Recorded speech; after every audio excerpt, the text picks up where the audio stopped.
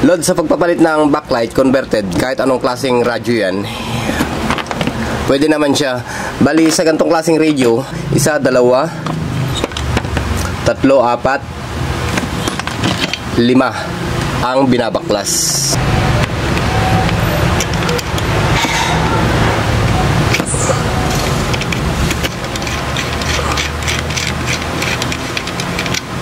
Tanggalin yung mga squelch knobs, volume, then rotary.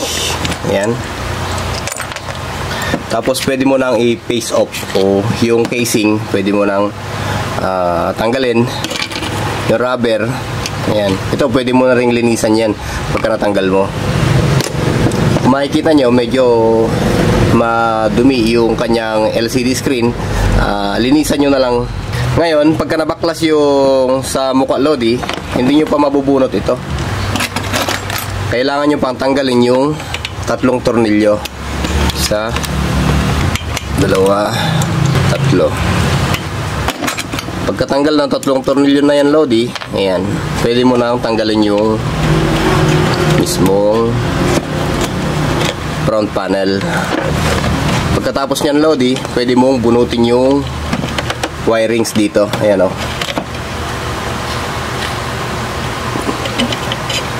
Ito, pwede mong bunutin yan.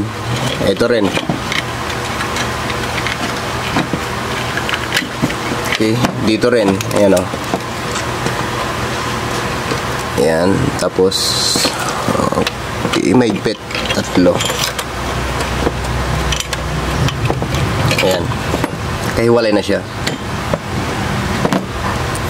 Pwede mo namang hindi tanggalin itong mga tornilyo dito, Lodi, pero kung lilinisan mo itong back flip. Ayan. Ngayon, Lodi, andito na tayo sa front board. Ayan. Tanggalin na natin yung bumbilya. Ito yung bumbilya niya. 2 yan, Lods. Ayan, 1, 2. Shoutout nga pala dyan, Tito John Lopez. Magandang buhay dyan.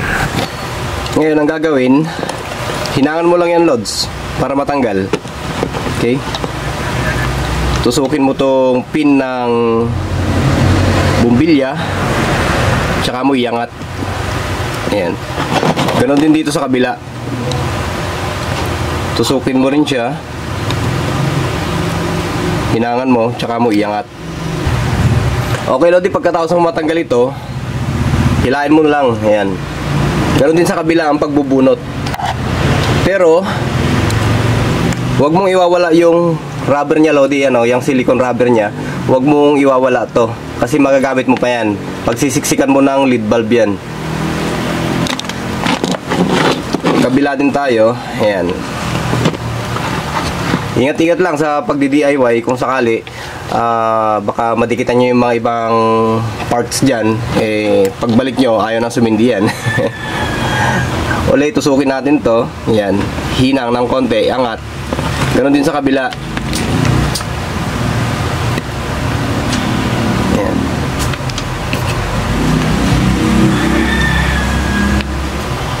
Hinang din dito. Ayan, tsaka mo iangat. Ayan. Okay, hindi natin nadukot, Lodi. Dukutin natin uli. Yun. Yun yung sinasabi ko. Pagka nanginginig yung kamay, tumatalsik yung mga tingga. Ito na siya ngayon, Lods. Ayan, o. Yung bumbilyang apektado. Ngayon, Lodi, tanggalin natin itong mga rubber na to dahil magagamit pa. Ayan. Ganon din dito sa kabila. Tabi din natin yan. Magagamit din. Ngayon, check natin kung mayroon tayong tinamahang linya para hindi madisgrasya yung front board. Ulitin na lang natin ang hinang, Lodi, yan, para magsama-sama yung mga hindi naluto agad na tingga. Okay. Ito na tayo, Lodi, yung pagko-convert. Kung mapapansin nyo, yan, itong isang linya dito ay yung negative. Kasi kahit hindi nyo gamitan ng tester at makikita nyo naman, andito sa may ground. Ito naman yung positive line. Ayan, o. Okay. Kaya dito yung positive ng LED bulb. which is kulay green or anong kulay yung gusto nyong ilagay. Ganon din dito sa kabila, makikita nyo mayroong nakahiwalay na linya. Ayan o.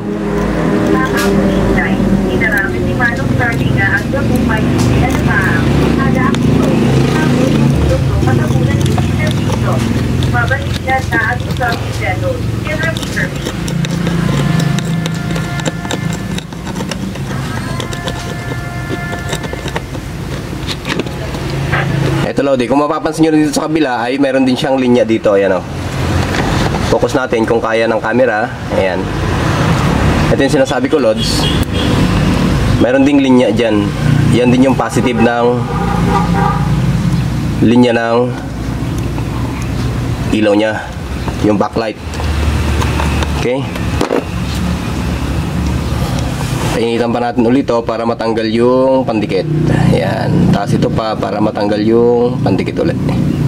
Okay. Ayan. Lumabas na siya yung mga linya ng positive para sa ilaw.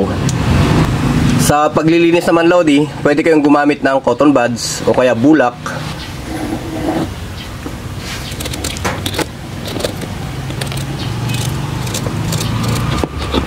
Kabila din. Ayan.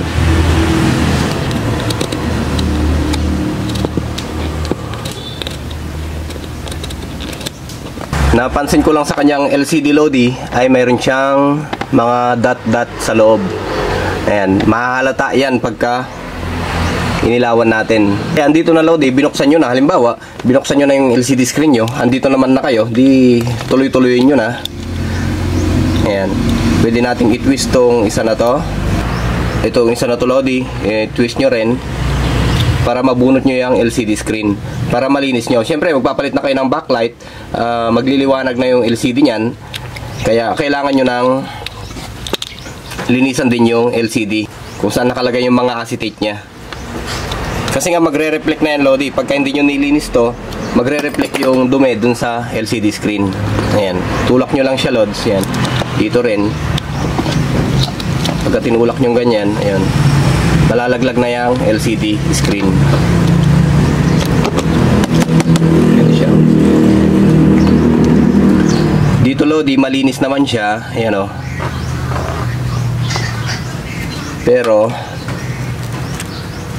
dito sa likod ay ayan o. Ito yung sinasabi ko, Lodi. Ayan. Kung gagamitan natin siya ng ilaw, Lodi, talaga makikita na ayun o, madumi talaga yung likod ng LCD screen. Kaya kailangan din natin linisan yan. Ang palinis dyan, bulak lang din. Basahin nyo lang ng konti yung bulak. Ayan. Tsaka nyo i-rub dito. Ayan.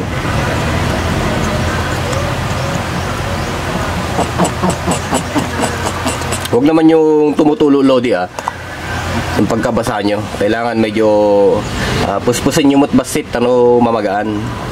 Ayan. Pagkatapos nyo malinisan, Lodi, ng bulak na medyo may mamasa-masa, pwede mo nang punasan to ng tuyong basahan, cotton, mga ganyan, kung ano pang pwede mo pamunas dyan. Pagkatapos nyan, Lodi, pwede mo na ibalik yung kanyang acetate at ibalik sa board itong LCD. Ayan. Kung pagbabalik, Lodi, ganun lang din kung paano mo siya binunot, pabaliktad lang din. Ayan. Dito rin sa kabila. Ayan o.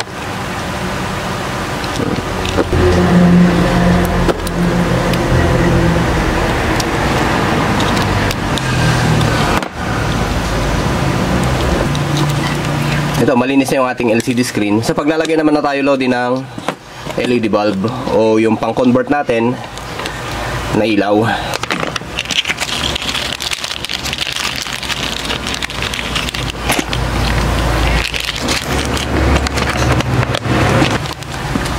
Dalawang bumbilya, Lodi, ang kakailanganin, tsaka dalawang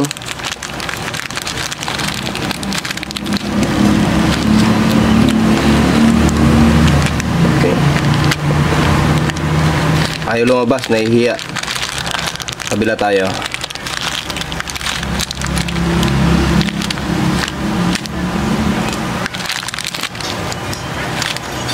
Ito, dalawang resistor, Lodi. Kaya pala, Lodi, pagka may gantong kumpul kayo ng resistor, ayan, huwag nyo nang bubutasan. Yung paa na lang ang kunin nyo, ayan o. Oh, ito yung paa niya, saka nyo hilain para hindi siya maghiwa-hiwalay.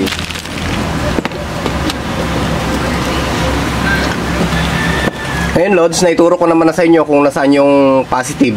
Pagka tinetest natin to sa multi-tester, yung positive, mas mahaba yung paa. At ito yung negative, yung mas maigsi ang paa. Pagka tinutukan nyo yan, Lodi, at naka-X1 kayo, itong mahaba ang paa ay yung kulay black, yung itutusok nyo dyan. Tapos dito naman sa maigsi ang paa, yun yung kulay red. Baliktad kasi yan, Lodi, pagka sa tester binasa. Ito, Lodi, naka-X1 tayo. Yan o. Yung maigsi ang paa, ito yung negative, kaya positive din yung itututok mo sa multi-tester. Yan o. Yung mahaba yung paa, yan naman yung positive ng LED bulb. Kulay black naman yung itututok mo dito sa... Pagka sinundan mo kasi, Lodi, yung tamang test point, ay hindi mo mapapailaw talaga yan. Ayan. Ayan o. Hindi mo siya mapapailaw. Okay? Ngayon, Lodi, itusok mo na yung ito.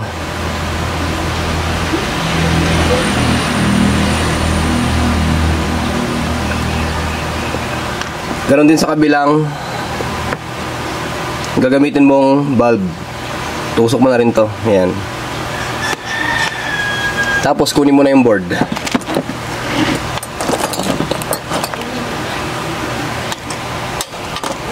Siya nga pala, Lodi, kung ano yung pagkakabaon ng dating bumbilya dito sa may hole o dito sa may butas yung papasukan, ganon din ang pagbaon mo dito. Kasi pagka naglagay ka ng bumbilya dito lang sa ibabaw, magkakaroon ng shadow dito sa gitna. Dito lang ang mailawan. Sa gilid lang, gilid-gilid lang. Kaya kailangan nakabaon mabuti itong LED bulb. Ngayon, Lods, andito yung positive natin. Kaya yung mahabang pin, hanggat hindi pa kayo nagpuputol, ipustura nyo na. Itusok na natin ngayon yan. Okay?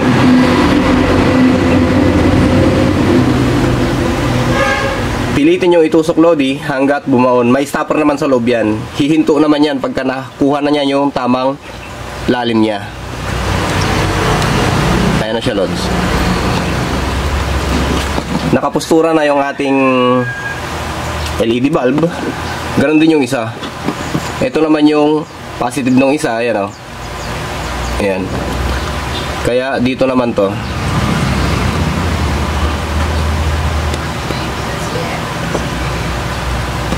Tusok lang natin mabuti. Okay. Okay, Lods, pagka naialain mong ganyan, ayan o, at tama naman na yung connection mo, hihinang na lang. Unahin mo nang ihinang yung negative.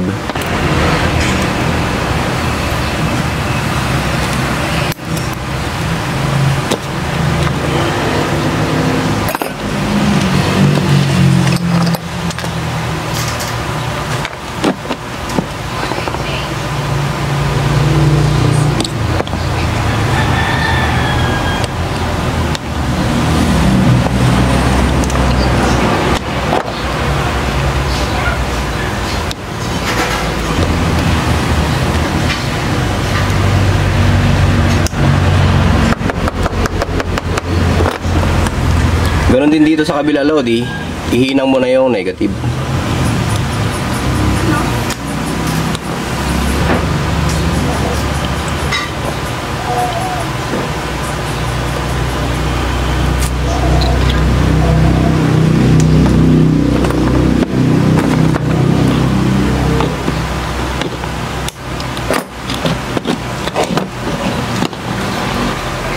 Ngayon, Lodi, ang naiiwan na lang ay yung positive mo. Ngayon ang gagawin, depende sa laki ng resistor na gagamitin mo. May mga ibang version pa tayo dito, Lodi. Yung resistor na ganito, 1K resistor. May mga maliliit pang version nito. At mayroon ding mas malaking version pa nito. Ayan. Ihinang na natin, Lodi, itong resistor dito sa positive line. Hanggat kaya nyong hanapan ng magandang pwesto dyan sa loob, ay hanapan nyo.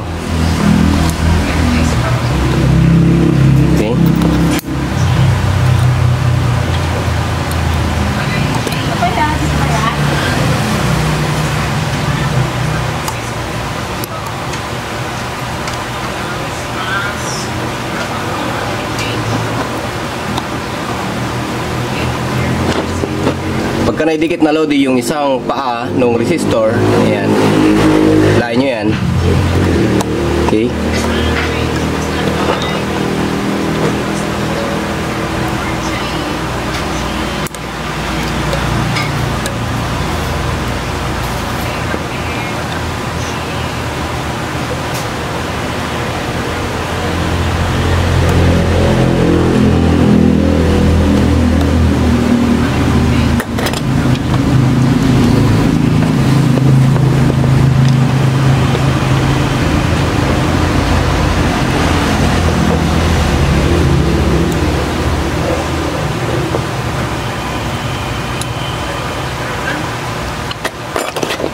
Putulin nyo yung natitirang pin ng mga resistor and LED bulb. Yan. Yung mga napagpuputulan Lodi, titignan nyo kung saan siya napupunta kasi baka sumama sa board yan. At gumamit din ng shades Lodi pagka nagpuputol na ganyan kasi nga bumabaon sa mata yan. Okay. Okay na Lodi yung isang ilaw natin sa banda dito. Ngayon dito naman tayo. Ganon din ang proseso Lodi sa kabila kung paano ko ikinabit dyan sa kabilang line, ganon din ang proseso dito. Ayan siya, yun. Ingatan nyo lang Lodi yung mga wirings, ayan, hawiin nyo lang kasi pagka napaso yan ay lalabas yung kanyang connection. Dito naman tayo sa kabila. Ayan.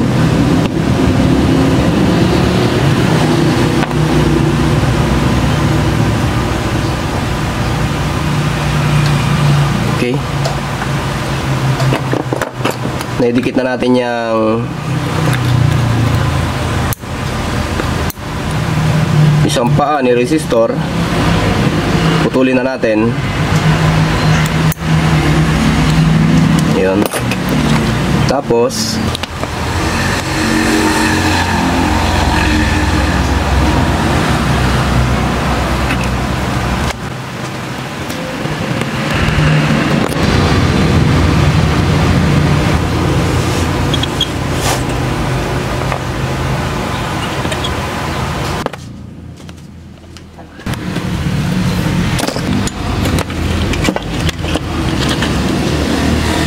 ilagay na natin itong mga socket pin kanina na pinagtatanggal natin. Yan.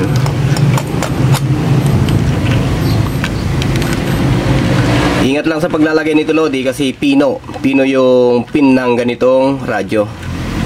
Dito rin sa kabila. Yan. Tulak lang natin mabuti yan. No? Eh, may tropa tayo dumalaw Lodi eh.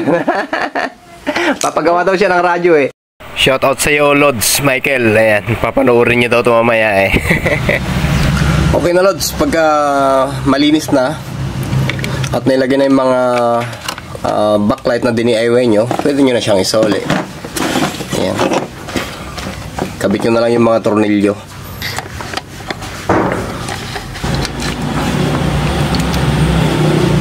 Ito na siya ngayon Lods.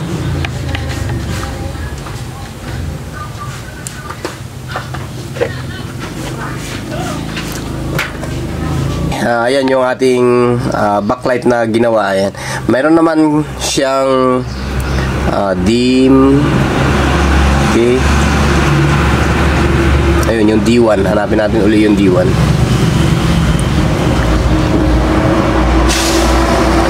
Naipo-focus naman siya Lodi. Ayan, ayan ng konti. Nababawasan. Yun nandito medyo sa camera nagre-reflect lang. Pero kung titignan mo siya ay okay naman. Yan o. Okay?